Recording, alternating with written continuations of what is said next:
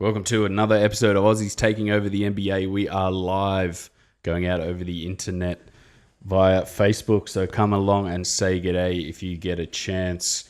I believe Andy's working on trying to share this stream with as much things as he possibly can. So he might be silent for a couple of minutes while he does that.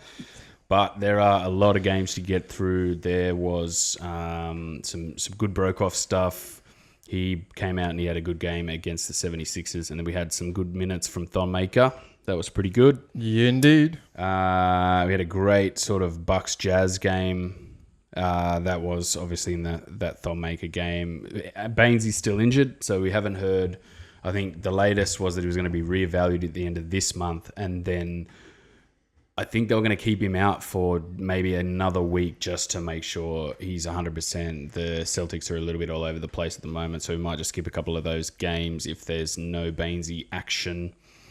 We got the Wiz and the 76ers and the 76ers and the Wiz back to back. We've also got some trade rumors to go through. Yeah, at the end. Yeah, we can go through those whenever you wish. But there is some inklings that Ben Simmons may not be a Sixer for much longer. Oh wow, that's huge. That is huge. Hate to see him go, but that's the modern NBA these days. I hope not, because I think he's a franchise cornerstone piece. Just a shout out if the audio's no good. It's because we're not running it through the decks, so just leave a comment if the audio is not good. We're eventually going to try and run it through everything, but we're just testing it out at the moment. Find us on YouTube, on Facebook, on iTunes, on SoundCloud. Come and say g'day if you're here and you want to watch. We're going to be doing more of this, and then more Aussie reviews of season. Yeah, mid-season reviews for some of the Aussies teams.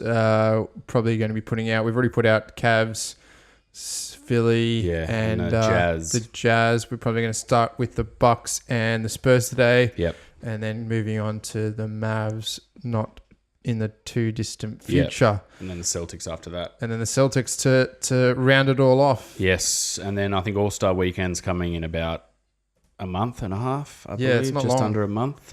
And we've got the NBA buyout period, which is an interesting time of year where all the tanking teams offload their players they do not want anymore. Yeah, so we'll bring you some more interesting stuff about that. Hopefully there's no Aussies dropping out of the picture, changing to teams that we have to cover more teams, because that's been a bit of a nightmare.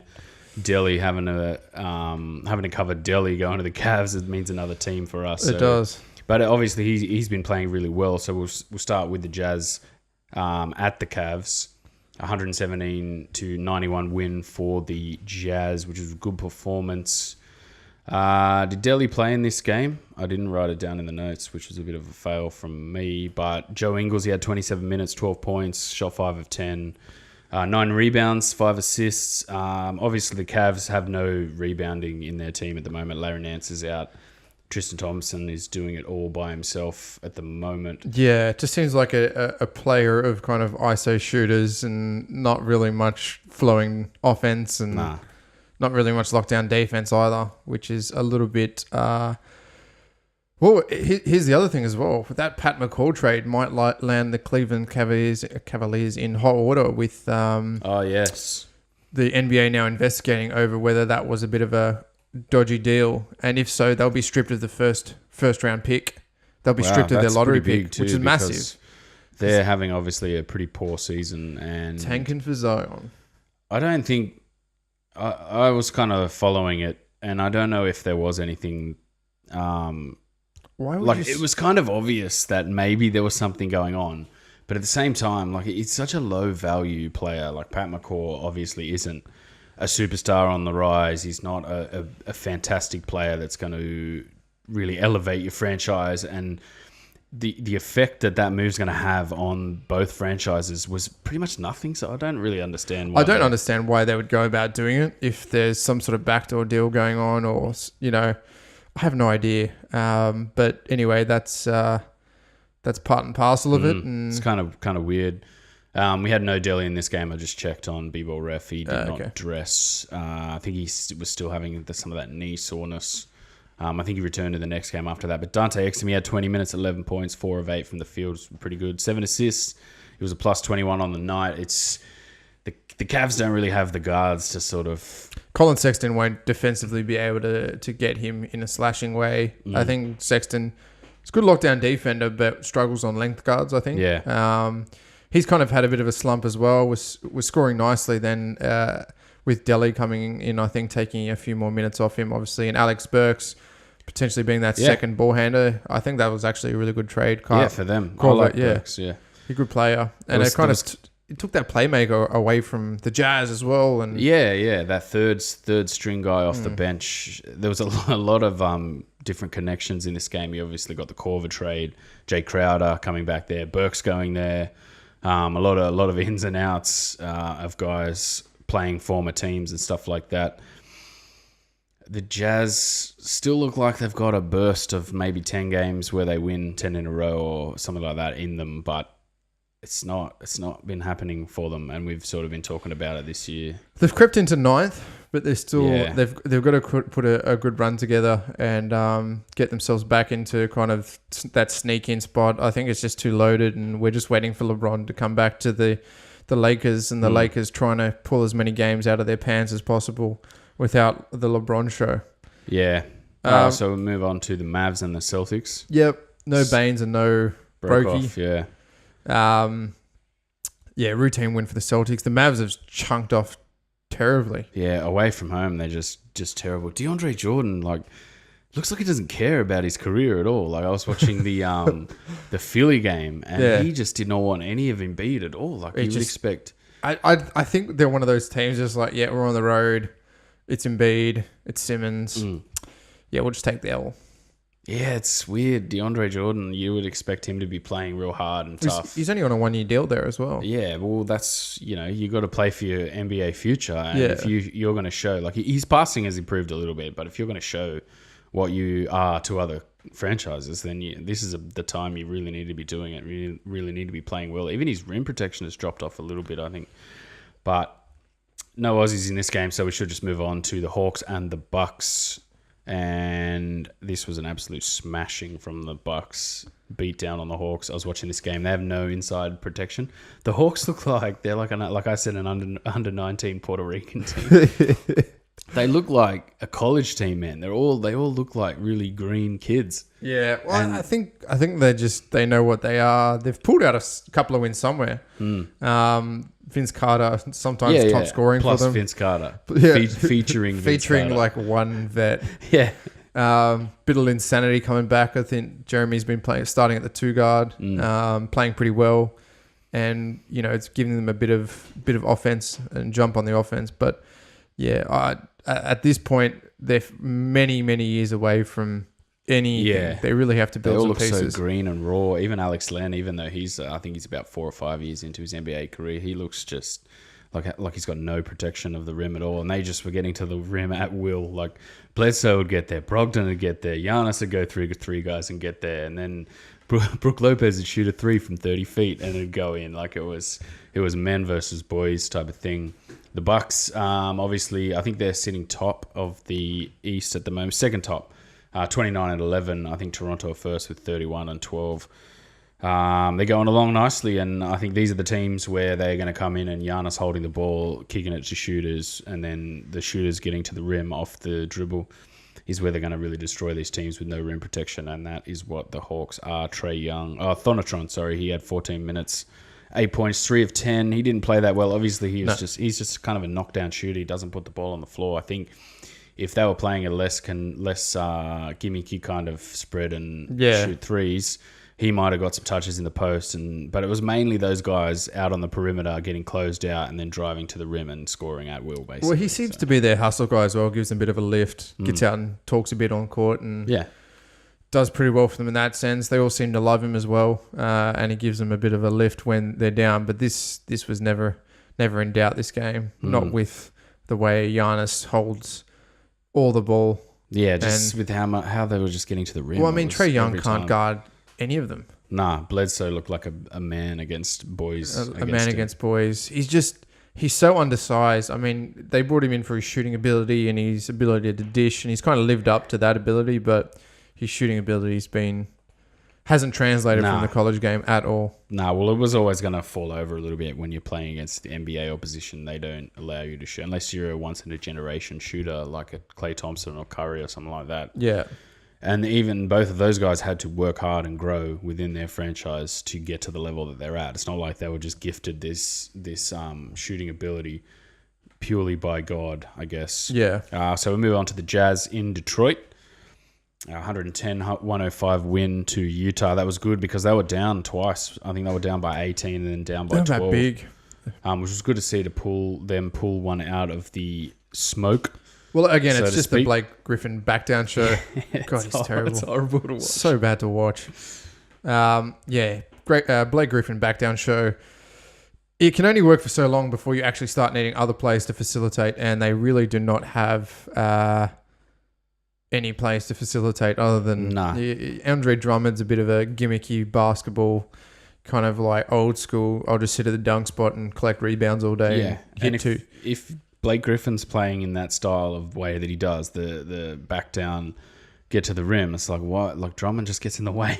Yeah, but that's I mean, and he's never looking for like a lob threat or anything like that. It's just he backs down and tries to shoot nearly every time they have the ball. And then they've got Reggie Bullock can shoot a little bit. Ish Smith when he's not injured. Ish Smith. I can see why the Detroit at 9th seed. Charlotte Hornets are around there as well, and Brooklyn. So maybe they might sneak up into the. They started the season pretty well, with Washington dropping out. Yeah. Look, I don't think Blake Griffin's coming back from that. He'll die a slow death in Detroit, and that'll be the end we'll see from Blake Griffin. But disappear. He'll disappear out of. I mean, he needs his own team. He's got his own team, but there's nothing much about the only good prospect in that team's Luke Kennard. He's a 3-year. Third-year player, and he looks like when he gets the start, he can knock down a few threes and shoot the ball and spread the floor quite well. But Dexter... Yeah, Dante got injured and rolled his ankle. I think he tried to come back out and play on it. I saw a couple of... Did a Steven Adams. Yeah, trying to drive to the hoop, and it was... I'm glad he kind of just took a seat. I think even Quinn Snyder was sort of saying, like, relax, don't try and push it. Like you're contracted, you're not pushing out of your rookie contract now. You're part of the team, so it's all right. Which was good to hear because you don't want, especially with his injury history, you don't want teams going, no, we're not going to go near this guy at all. Yeah. Like you want people to go, no. Like it's just a freak occurrence. It's all right. It's not necessarily if he's going to move around in the league, but the less that people don't trust his injury, it's better for him and his game in general and his career in general. So it's good to hear Quinn Snyder sort of come out and say, no, it's all good, mate. You just rest and relax. You just take it easy. Come back stronger. Mitchell played well this game. He's starting to heat up a bit. Starting to do that mid-season role where he just gets going and starts to take over the team, hitting some 30-point games. But 24 of his 26 points in the second half. This is why they came back. Yeah. I think he was poor in the first half. I think he didn't have a point or something, or he had 2 points or something. They're doing a lot more with Gobert though now too. Like it's I've noticed somebody said to Gobert, mate, you need to move more. Like you've got to move and you've got to expand your game. You've got to do different things.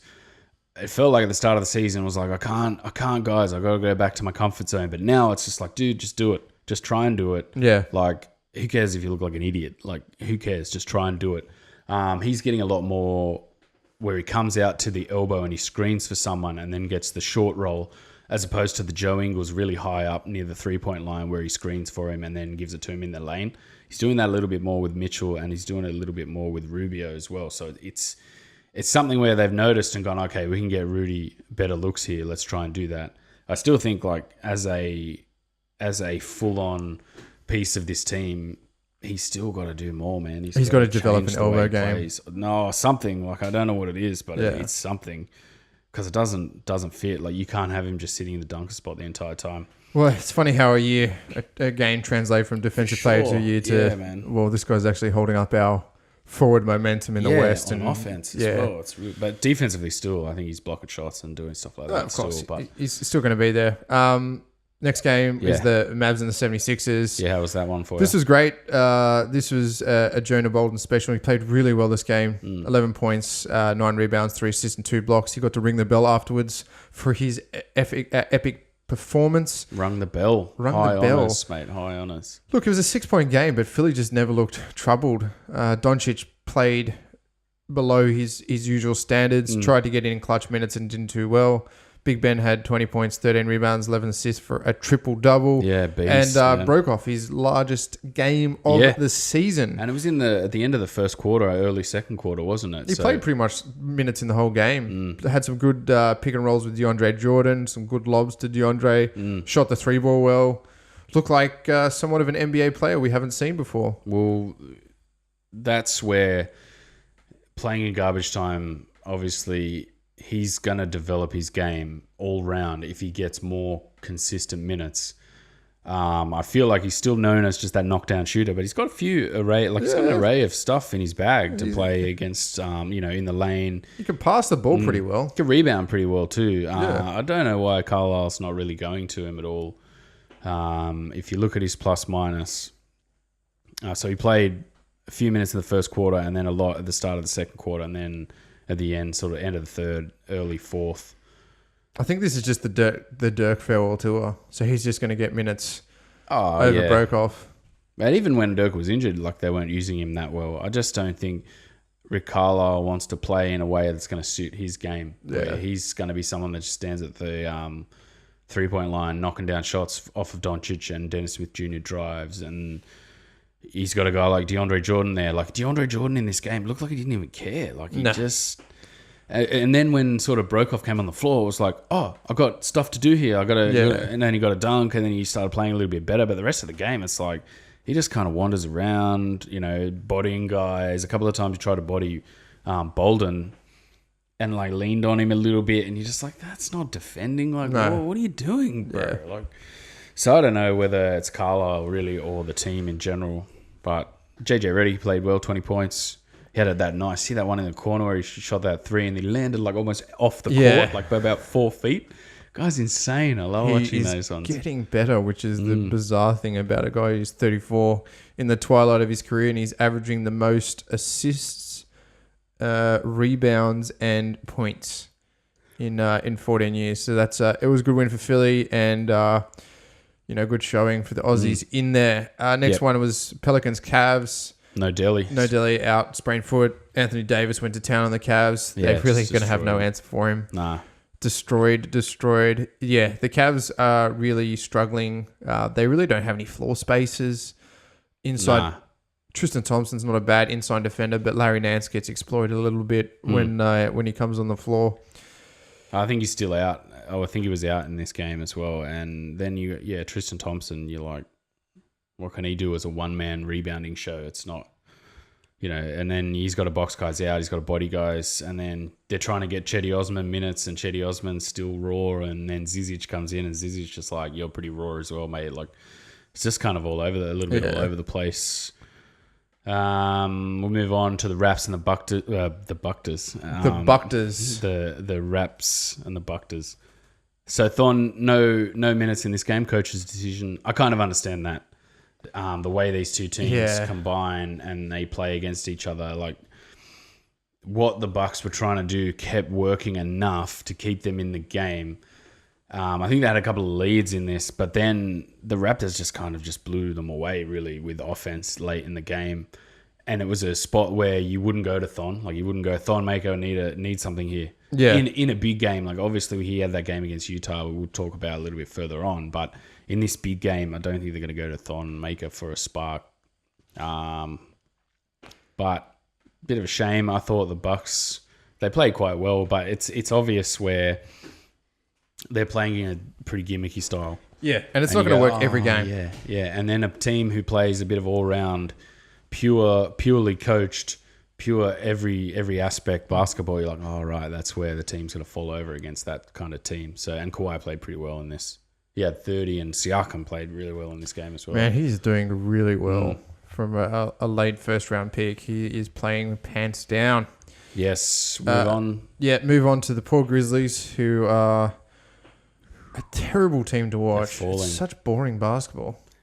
Yeah, who's their Bickerstaff, I think is their coach. Yeah, and the array of players they've got are all just kind of, you got Marc Gasol, Mike Conley, and then beyond that, it's just... Bit of Jaren Jackson Jr. And Jaren Jackson's pretty good. He's not bad. And it's beyond that. It's just a kind of a few also-rans. There's no structure of guys to flow on from Gasol and to flow on from Conley to bring in and make this a really good team.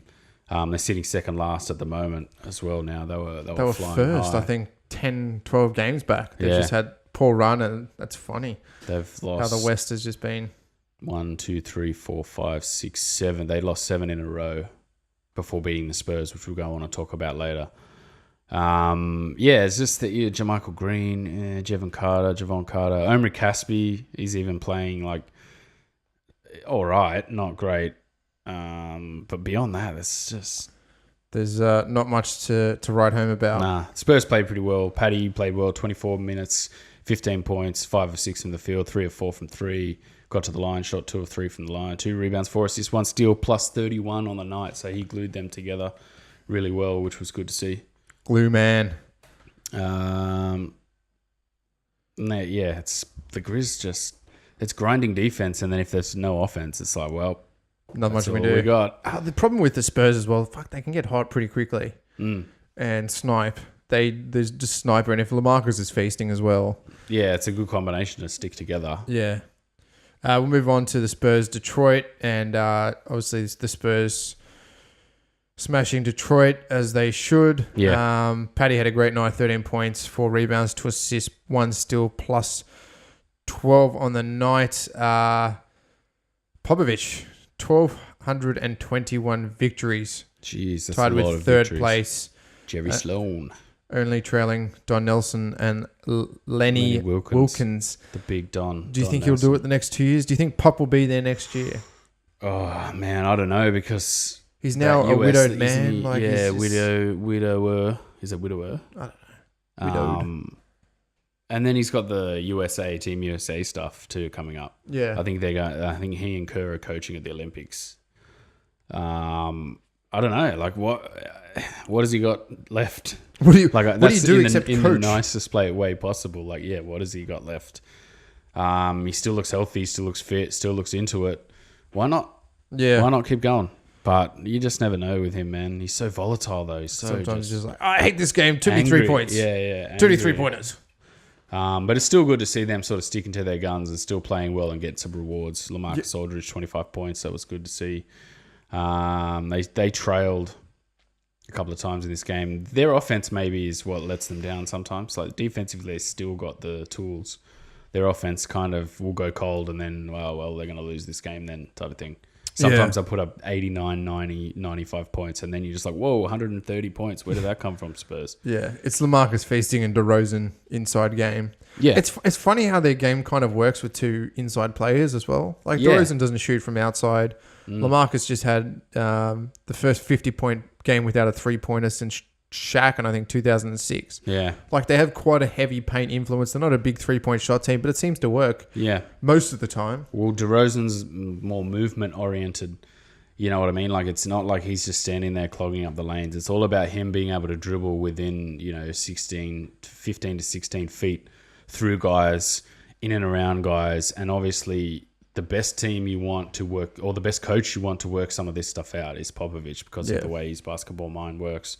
A lot of screening, a lot of LaMarcus screening. LaMarcus looks like he's dropped a little bit of weight as well, which is good to see, because it's helping his game, because he's got to do a lot more than just stand, 4 feet down on the block and try and score from there. Like, he's getting elbow jumpers, he's getting fades from about 8 feet, but in good spots, not where you're like he's having to fade to the baseline and shoot around the backboard and stuff like that. Yeah, which is good to see. He's on fire, man. He's playing really well. It's good to see. I like watching him play. He is indeed. Move on to Brooklyn at the Celtics. Bane's still out. Brooklyn's a weird team. Yeah, man. They can play well, and Spencer Dinwiddie could drop 30 or he could drop 2. Yeah. It's just feast or famine. Yeah, it's very feast or famine. And then Joe Harris, who was playing really well last year, he started off this season playing really well, and now it's like he's just not great. Although struggling. Jared Allen as well. It's just like a block specialist, really well. and then beyond that, it's nothing. Yeah, it's like it's just a highlight block reel of Jared Allen. Did he block Giannis? I think he blocked Giannis. Yeah, he blocked Giannis. He's blocked LeBron this year as well. It's a good array, good resume he's building up there. He's building a resume of blocks. I'm just gonna look up Bane's latest injury. But keep give me your thoughts on the game. Game was good. As always, Kyrie was back. after missing a few games with that cornea-related injury. Oh, scratch cornea, yeah. Scratch cornea in both eyes. Defended by a hawk? Defended by a bald eagle? That was great. But 8 players had double figures for Boston, and they did it easily over the Nets. Did you see Jaylen Brown and Marcus? Oh, you did see that. Get into it. Like, It was pretty weak. It wasn't that much smoke. But trouble in paradise. Yeah, and then did you see Gordon Hayward like standing off on the other side, just kind of going on you? It's like, that's so Gordon Hayward. I'm getting paid more than all of you put together. So the latest on Baines reevaluated January 7th. It was to return next week. So what are we at the 12th? So maybe this week he might return. But I think Brad Stevens said they were going to just kind of take it slow on him. The Celtics seem to be that team that just keeps on chunking to weird teams. Like Philly loses to good teams. There's maybe a random chunk somewhere. Cleveland, I think Brooklyn chunk, but Boston just chunks randomly to bad teams. Like Miami. I don't understand what it is. We'll see that in a minute. Yeah. Next game, Jazz and Bucks. Great game. Bucks obviously taking over. Jingles had wow, what a shocker. 2 points. Yeah. That's why I think I said on the last podcast when he had a 2-point game, and then I was like, yeah, there's another one coming up. Yeah. He did get 2 blocks, though. Blocked Brogdon at the rim, and then he blocked a Chris Middleton floater. That's good victims. Good victims. This was the Thon. Yeah, this was a Thon explosion game. So Dante Exum, obviously, he's out with injury again. That ankle injury will keep him out, I think, for a couple of weeks, which will be all right, give him a bit of a rest. Thon, 18 minutes, 15 points, 6 of 8 from the field, 2 of 3 from 3, 1 of 1 from the line, 5 rebounds, 1 assist, 2 steals. Just a hustle, man, this game. A lot of wing threes. He was the spark, man, in that final quarter that lit their team and kind of carried them to the victory. It's like the Iguodala effect. Yeah. It's like, you can just provide that last little bit of momentum to give it to them, and they go nuts, and everyone in the press conference I was just like, yep, that was Thon. That game was Thon. Yeah. That game was Thon. But hopefully this gives him more time. Like, Coach Bud sees, wow, this dude can knock down. He can play to the gimmicky style. Yeah. But still be that like hustle guy and give a bit of, momentum to the team and get guys like Giannis on board. Well, I think they like him as a teammate. They all buy into Thon Maker as a teammate. It's just whether he fits that style, the one guy with the ball and then everyone spreads the floor. Like he's got more tools to his game that I feel like his post game, if he's not getting touches in the post and trying to back guys down, he might lose that. And he's a serviceable 3-point shooter and he's a serviceable mid-range shooter, but he can't really create his own shot off the dribble, which a lot of 6'6", 6'7" guys can come in and just do that in this kind of system. Like you're gonna easily, if you want another mid-range or sort of defensive hustle guy as opposed to a shot blocker, then that's easily one piece you're going to go, okay, sorry, Thon, we're going to go with this guy like a PJ Tucker or Gordon or someone like that. I don't think his game is going to expand playing this type of basketball, but it'll be interesting to see how they get to the playoffs and what they're going to do in general, because they do have a few wrinkles. Like there's other wrinkles if Giannis is off the floor. Bledsoe can run some 1-5 and some 1-4 a little bit. Lopez is just kind of shooting from everywhere too, which is a bit sort of strange. I wonder if Thon Maker can start kind of doing that a little bit. Yeah. Oh, well, Brook Lopez is the anomaly though. He's just like, here, pull up from here. Yeah, I've got the ball. He's lost weight too, and he's playing like a center as well. Like it's insane. Like last year, you would have looked at him and just go, this guy's going to play a conventional center and shoot 30-foot frees. Like, no, that's not going to happen. Like he was slow, man. Like I was watching him you watch him in the high FPS YouTube clips. Yeah. And it just looked weird because he was like moving at a slow pace, but in such a high crystal clear vision that it looked bizarre. And now he just looks like a normal player again. It's really bizarre. Yeah. He's blocking shots. Like it's crazy. Ilyasova came back as well. I think not in this game, but the next game. But yeah, all of his teammates, look, we won the game because of him. Giannis is saying, that's where professionalism comes in, said Thon Maker. You got to stay ready, and that's what these Aussies have been good at. Ryan Brokoff's the same. Coach Bud made a lot of different things happen on the court. I really feel like he was a difference maker. He's a huge spark plug for us, which Brook Lopez said is good energy, great energy and emotion. He's got us going, got the crowd involved. yeah, I can't say any more about this performance. It was great, good to watch. They love threes, man. Like I was watching a game the other day, and Giannis would go inside and it'd just be like, yeah, yay, and then Brook Lopez would shoot a 3 from 30. Whoa, yeah.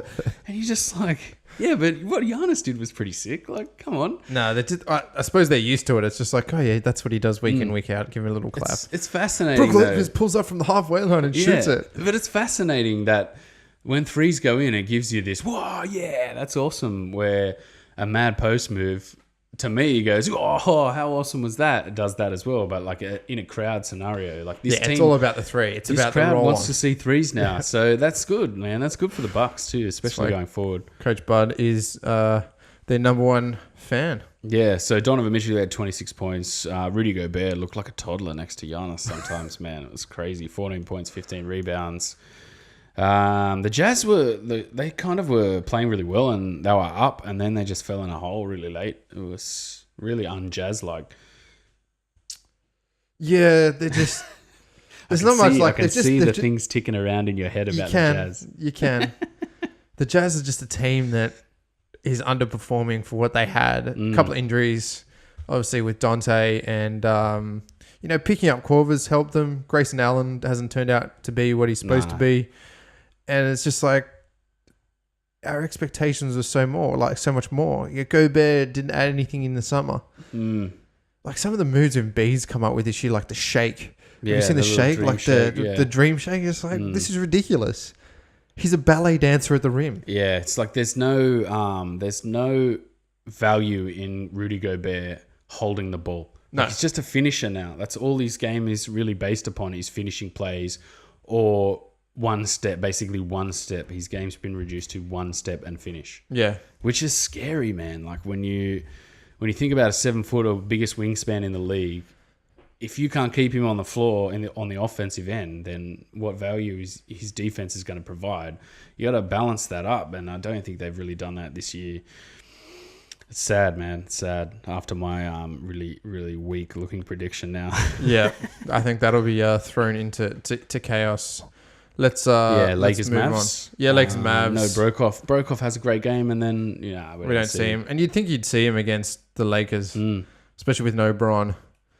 Yeah, it's weird. I think Lonzo Ball played well this game. Yeah, they're playing all right, the Lakers, without LeBron. I like what they're doing. They might not be getting the wins all the time. They're a faster team. They're definitely a faster team with him off the floor. He's developing a little bit of chemistry with JaVale McGee as well. I think Kuzma's been out. He was out injured, was he? I think not for this game, but the one thing that doesn't really make sense in this team is Caldwell Pope. You're just like, we don't need this guy, and he's on, I think, $12 million a season. Like, you just signed a new deal where you're like, he's not really adding this guy. Yeah. So that's kind of, in a way, that's kind of scary for other teams, where next year the Lakers are going to have some things they can offload and make this a much better team. I wouldn't get rid of Lonzo Ball. I like the way Lonzo Ball plays. They really don't have another ball handler that's conventional, run a conventional point. Like, you got Ingram who can hold the ball. Josh Hart, not too bad. He likes to play a little bit of shooting guard. Oh, yeah, Rondo, I guess. So Rondo's out. He's got a hand injury or something. Yeah, he's out again. I think he came back from the broken hand. Now he's got something else wrong with him. But he's only on a one year deal. 1 year, 10 mils. He'll be moved on next year. Yeah, are you gonna really pay for that sort of thing? DeAndre Jordan, 19 rebounds in this game. Only attempted three field goals. It's like, what's the point? I don't understand. Yeah. What's the point of him being out there if he's not like Gobert finishing plays? It's like Gobert all over again. Yeah. Not finishing plays, and that's about it. His passing has got a little bit better. I've got to admit, watching him, he can pass out of the post. And one thing he couldn't do in the last couple of years was take the ball on the run and pass it to someone. He'd have to stop with the ball and find someone and then pass it to him. Like, now he can kind of take the ball and like shuffle it on. But we'll move on, I guess, to the Pacers and the Cavs. Delhi, 18 minutes, no points. 5 assists, though. The Pacers, just a pretty routine sort of beat down. They were leading big, and then the Cavs sort of came back. I think it was... Bojan is having a good season. For some reason, he's not... Bogdanovic. Yeah, he's not really athletic. Nah, he's kind of like Joe Ingles. He's like the Baltic Joe Ingles. Can shoot the ball. And it's like, Is he what Joe Ingles should be this year? Just like catch and shoot, maybe a little bit of hustles a bit. Yeah. Just don't hold the ball for any longer than 3 seconds, Joe Ingles. But Thaddeus Young is playing. Obviously, he's developing a lot better. He's playing well. Oladipo had some injury troubles, and he's only just sort of coming back and getting a little bit fitter as well. I suppose we're going to kind of move on. Delhi didn't really do much in this game, and it was a pretty routine win. Alex Burks had 19 points. Thompson had 15 and 13 rebounds. Sexton had 14 points. Kevin Love still weeks and weeks away. Apparently, who knows what's going to happen with him? Yeah, they do. They do need a little bit of injection, but it's almost like why bring him back if you're gonna. It's a race to the bottom now. Kind of got to that point where it's now a race to the bottom between the Suns, the Knicks, and the Cavs. Don't count out Chicago. No. 10 of 31. Whew. I know, Atlanta's only 12 and 29. I think Chicago probably a little bit more pride. They're looking to offload. I think Lauri Markkanen brings something back to the team. But they've offloaded a Holiday and Parker, and they're trying to offload Robin Lopez. Rollo, yeah. All the Warriors fans want Rollo, and I'm just like, no, please don't. Please don't. Just looks like a deranged bum. He looks like, Sideshow Bob if he was homeless and played college basketball. Wiz and 76ers game 1. Yeah, this was the first of 2 games. Played well. Look, they demolished. This was the Shamet show. Yeah, the 29 points, man. He shot 8 threes. They're crazy flat. There's no arc on those threes whatsoever. Yeah, it's almost like he gets up higher than the rim. Yeah, just pushes it in. Like that. Yeah, it's crazy. It's funny to watch. Big Ben, 17 points, 5 rebounds, 9 assists, 3 steals, plus 17. Bolden had 4 points, 3 rebounds, and an assist. Played well. 8 of 14. Shamet had 8 of 14 from 3, 21 points. Wow. Good night. Butler had 20. This is a game they all kind of gelled. Everyone had their moments. Embiid was a 20-10. Butler was a 20. Simmons 19. Bill hit a few points for the Wizards. JJ was out this game. He was also out the next game. That's all right. You can give him a rest if he's got a little bit. He has had back troubles. He's back troubles in the past, and he seems to have been having this again. And then we can kind of go on the flip side, which was the next day and the rematch.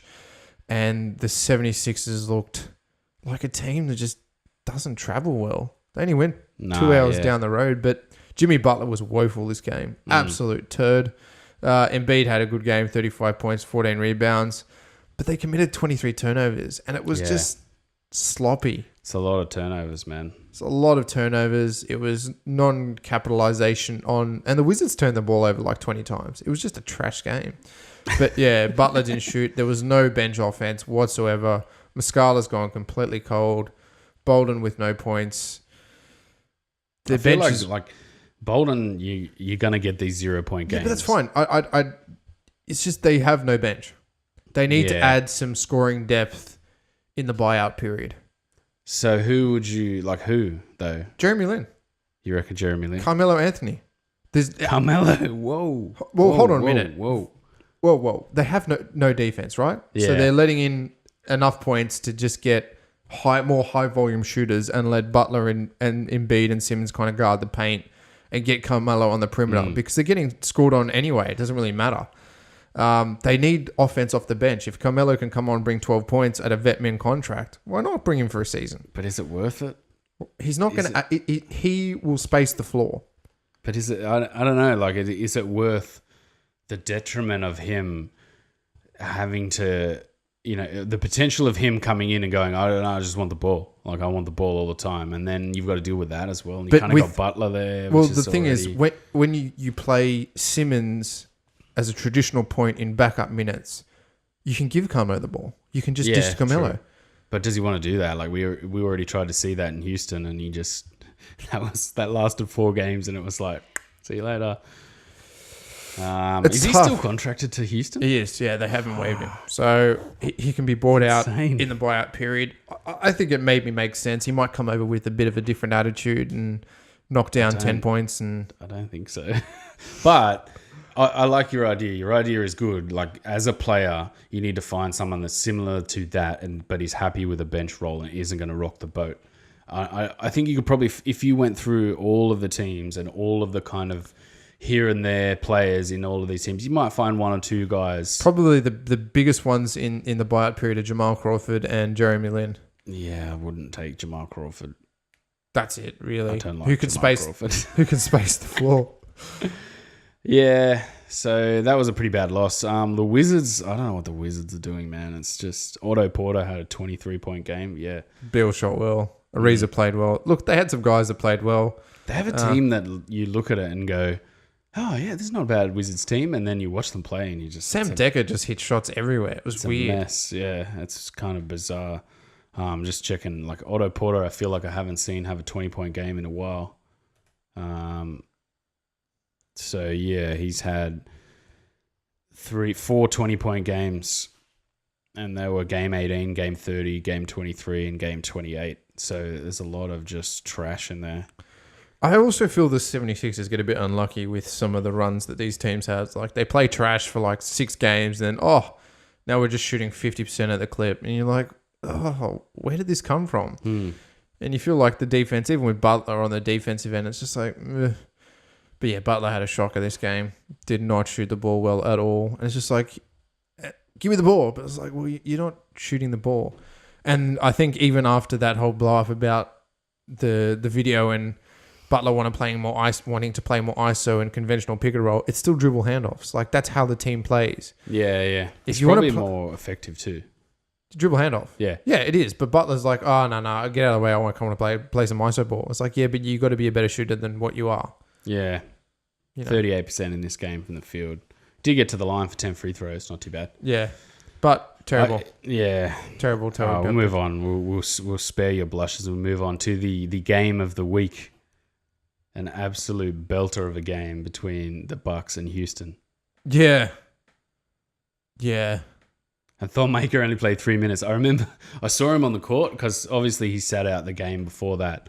He didn't make an appearance against the Raptors, and I thought, yeah, that's obvious. You're not going to make an appearance against the Raptors. Then I saw him out on the court really early on in this game, and I was like, whoa, okay, Thonmaker's out there. And then I just was like, he played 3 minutes, and then that was it. That was it. Rest of the night. That was all we saw. He got an offensive board, and that was about it. Which I understand, because the way the Rockets play with the switching and they're trying to exploit people and then just go after people, like he went after someone in that game. Or am I thinking of the Denver game? But James Harden, you just can't defend that guy. Like the guy is just unbelievable form in general. Yeah. Even if you add on just the annoying shit that he does, the form and the shooting and the ability is phenomenal. Like you can't defend him. Like I saw in that Denver game, like they were trying to defend him by just using their body with their hands up, and he was still getting past them and still trying to. He was still knocking down shots, but in this Bucks game, they made a real point to show him right to his right every time, like really, really stupidly, comically, gimmickly coming up to the guy, going like, and you're just like, it's not even subtly trying to make the guy go left, like they just looked silly doing it, but it kind of worked a little bit. Harden still had a really good game, but I'm really, really proud of the Bucks how they played in this game. Just trying to find the box score here because I'm pretty sure Harden still dropped 30 in this game. But by the end of the game, 40. Like by the end of the game, it was obvious that they kind of were running out of puff, and what the Bucks were making them do was making them uncomfortable enough to struggle, which was good to see because it's going to be important if they're playing these bigger teams. Yeah, I watched this game, and towards down the track, Harden missed a couple of threes that he may have hit in other weeks. Got that ball in the face. Yeah, oh God, the best thing you've ever seen is Giannis slinging a ball straight into his head. Took it well, but man, he just copped it and then kept playing. So fair play to him. But it was a good Giannis tip in towards the end as well that kind of secured the victory, and they really couldn't have an answer for that. Gerald Green shot well at the start of this game. Finished with 3 of 10. Just 48 3-point attempts. They made 18 of them, and then the Bucks had only 27 3-point attempts in this game. They made 8. I think that was more that's what they've got to do against a team like Houston. Like teams have to just go, we got to tuck the 3-ball in the bag, and then we got to just try and go at them and make their exploit their switching, which they really did. Brogdon 24 points, Giannis 27 points, Chris Middleton had 15 on 5 of 14, Bledsoe 5 of 11. Lopez, I don't know how he stayed on the court and was a +6 because he was easily exploitable. He had some foul trouble as well. He had 5 fouls in the end. Then Ilyasova, how good was that step back? Man, that was awesome after after Harden got hit in the head. George Hill played all right in this game. 3 assists and a steal, 6 points. It was just a good game. I just don't know. Like I wouldn't. So you consider $20 million salary of 6 points and 3 steals as okay? Dude is the worst fucking player in the world. Well, yeah. Your hate for George Hill. Oh, he's terrible. Strong. It's good. It's so bad to watch. All right, let's get on to the Spurs and Grizz. And this was the rematch that Memphis managed to this pinch game was off. awful, man. It's just fucking terrible. It just grinds to a halt, and then if Spurs aren't shooting well, it's just both teams just grinding up against each other. And it was the Gasol matchup. Mark obviously having a good night, 26 points, 14 rebounds. I watched that game this morning on the highlights, and it was a turd of a game. It was just grindy, just like, we're just going to slow the clock down. We're going to take really long shots. We're going to give the ball to Mike Conley so he can dribble around for a bit and look for nothing and, a few shot clock violations. And it was just a grindy. It was almost like an NBL game. Yeah, it was actually. It's almost like an Aussie NBL game. Terrible. Conley had 15 points, 6 assists. Jaren Jackson Jr. had, and Mikhail Green had 12 points each. Bellinelli and Forbes, 14 points. Bellinelli seems to be heating up for the Spurs a bit, which is good to see. Shooting some range. San Antonio shot 36%. They can have these weird games where they just shoot nothing, and then all of a sudden they're putting 154 on OKC in overtime. It's just like... ugh. That's what I mean. If their offense falls off, it's just awful. It just falls off a cliff. Their defense kind of bails them out in games, but in a game where both teams' offense was pretty poor, it's just you get this 96-86 game of just... two tectonic plates grinding against each other. It's just like, Brick City. It's not the greatest thing to watch. Paddy, he had 31 minutes, 13 points, 5 of 11. He played pretty well, 3 rebounds, 3 assists, 2 steals. I feel like Memphis is too long for a guy like Paddy to really get in the cracks and exploit these teams. He did play well in their first game, but that's where like you could see watching the highlights, he's just like, Paddy, like trying to get past like Jaren Jackson and all these other long some guys bigger like bodies, Green and Mike Conley played pretty well in this game. So we'll move on to Cavs at New Orleans. Got that out there? The Pelicans. The Pelicans. Anthony Davis, Jesus, like he was outrageous in this game, and he had, I reckon, probably which will be the defensive player of the season was that blocking Clarkson and then blocking Zizic as well. That was just phenomenal, man. Phenomenal stuff. 140 to 124. I think they only had 90 points going into the fourth quarter. I think they had like some outrageous fourth quarter.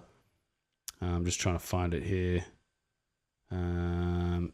Help me out here, man. 40-point fourth quarter, 40 to 33 in the fourth. So they just were just raining shots in the fourth. It was crazy.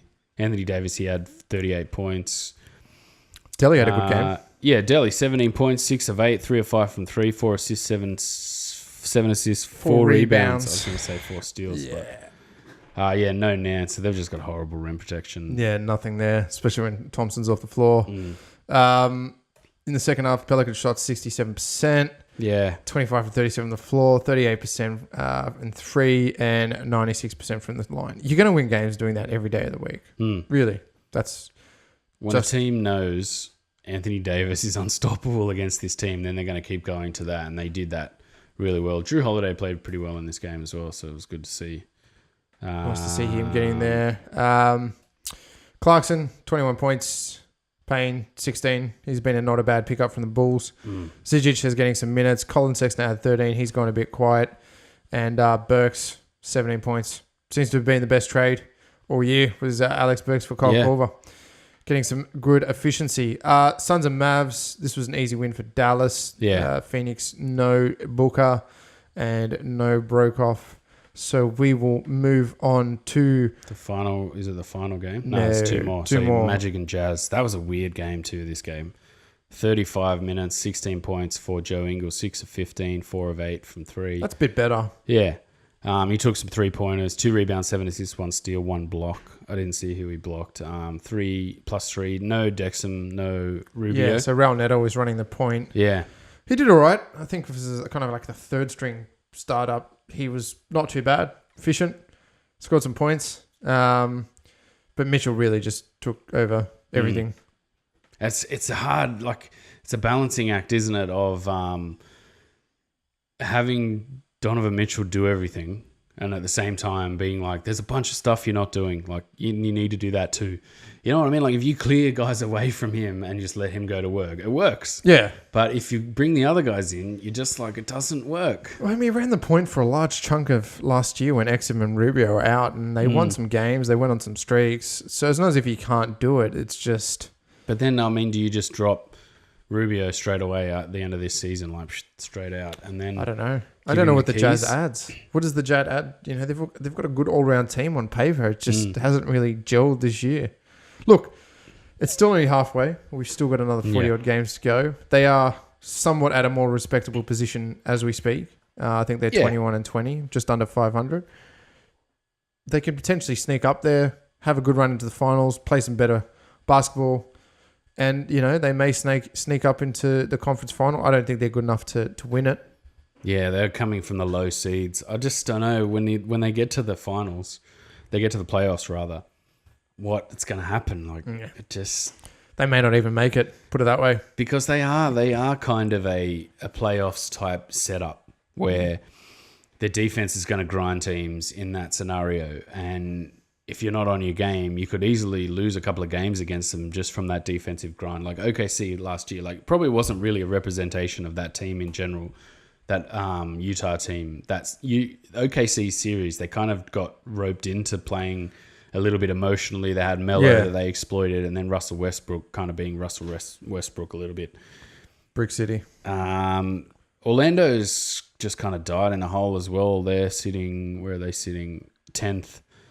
Their 3-man Chubb lineup, that Vucevic, Gordon. They've just got no supporting cast. Nah, who's their other big? Aaron Gordon, Vucevic. And Evan Fournier.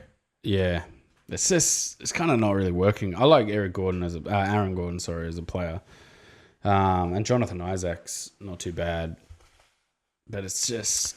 no supporting cast. They're never... They're not going to make the finals. Fournier, 36 minutes, 1 point, 0 of 8 from the field. He's not really that good at all. Whiz. He kind of went good one year and then just was like, nope, I'm out. I'm out, guys. And then Terrence Ross, who's like pretty old. He's been playing well. Yeah, she should be using him, man. How old is he? I'm just checking it here. 33, I think he is. 27. Wow, I thought he was older than that. Wow, I thought he was way older than that. Why aren't they using him? They need to use him more, man. Orlando's, I think, is just going to just settle nicely out of the playoffs. Celtic Heat. Yeah, the chunk for the Celtics. Yeah, it's a bad loss. That's what I mean about this Miami team when they've got such big guys. They had no answer for Whiteside. It was weird. Like, I thought Horford would have been a smarter defender against Whiteside, but Whiteside just feasted. Yeah, the whole game. They need Baines. They need back, that. They need that Chubb man. Yeah, they need the big chunky body to get in the way. Because Winslow, obviously, if he plays well, then that team plays really well. Because he's such a big dude, man, and he's swift and he's a good finisher around the rim. It'd be interesting when Chris Bosh contract comes off the Heat at the end of this year. What they do if they can add another player. Yeah, add some depth to the team. They're kind of stuck. Quinn Snyder's kind of not Quinn Snyder. Spoelstra. Eric Spoelstra is kind of stuck in no man's land without being able to add a star and just kind of trying to keep these guys all together. But what star could you really add to that team? You got to get rid of Dragic. Yeah, you reckon a star point guard? Yeah. He's not playing at the moment. I think he's injured. Yeah, Dragic is injured. And then Dion Waiters has come back as well from a pretty long injury layoff. Bam Adebayo is playing really well in that game.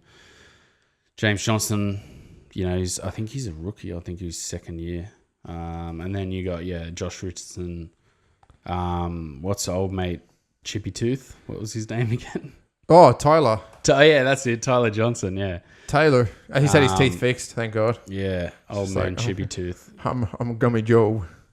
James Johnson. No, different James Johnson I'm thinking of. This is the James Johnson. Yeah, but so yeah, the Celtics, man, they're just going to lose these weird games. And then we'll finish it up with OKC and the Spurs, the double overtime. This is a great game to watch at the end. It was just Westbrook bricking threes. Yeah. Fuck, it's just like, let's not get Paul George open. Let's just give it to Westbrook and see what he does. It's weird, isn't it? He's done that a couple of times this season where they just give the ball to Russell Westbrook at the end and you're just like, yep, keep giving it to Russ. No game worries. over. But admittedly, he did make a few really good passes. That lob for Jeremy Grant down the end. And then then he shot a three and you're like, no. He was wide open. And I think he passed to Terrence Ferguson. They left him wide open. They were like, let him shoot that three. And, he passed it cross court to Terrence Ferguson where he went, right play, good stuff. And then again, the same thing, a couple more trips down and he took this three wide open and missed it. And you're just like, no. It's the Ben Simmons effect. It's just like, yeah, we're going to sit off you and you have no way of counteracting that because you can't shoot for shit. Yeah, 0-4 from 3 on the night. LaMarcus Aldridge, though, man, it was just a clinic, wasn't it? It was a clinic. Feasting Aldridge. It's good to see. 20 of 33, 16 of 16 from the line. At one point, the Spurs were 14 of 14 from 3. Yeah, I know. Oh, right. It was crazy. They ended up finishing 16 of 19. 84% from 3 on 19. That's what they do. They snipe. Sometimes they just hit threes like no tomorrow. Paddy was 3 of 4. Bertans was 4 of 4. Bellinelli was 5 of 5. Bryn Forbes was 3 of 3. And then Derek White hit a massive one down the end to kind of keep them in it and take the game to overtime. Westbrook, 3 turnovers on 24 assists is pretty magical, though. 24 assists is insane, man. That's insane. So, obviously, we're saying, oh, you can't shoot, and then why is he taking shots? But at the same time, 24 assists is a phenomenal number, like absolutely phenomenal. But Paul George, 30 points. What else can we pull out of this game? Steven Adams played really well in this game, man. Played with on a broken, well, not a broken, but a rolled ankle. Yeah, he went back to the locker room, came back out. Did you see that dunk where he flew down the lane off his left, dunked, and then even landed like awkwardly with this weird lean that would have, like, I watched it in slow-mo just thinking, oh man, the damage you could do to that ankle when it was coming off a sprained ankle. And even he looked like, oh man, what am I doing out here? This is, don't make me do that again. That was crazy. But obviously, Spurs did enough to kind of get themselves over the line in San Antonio.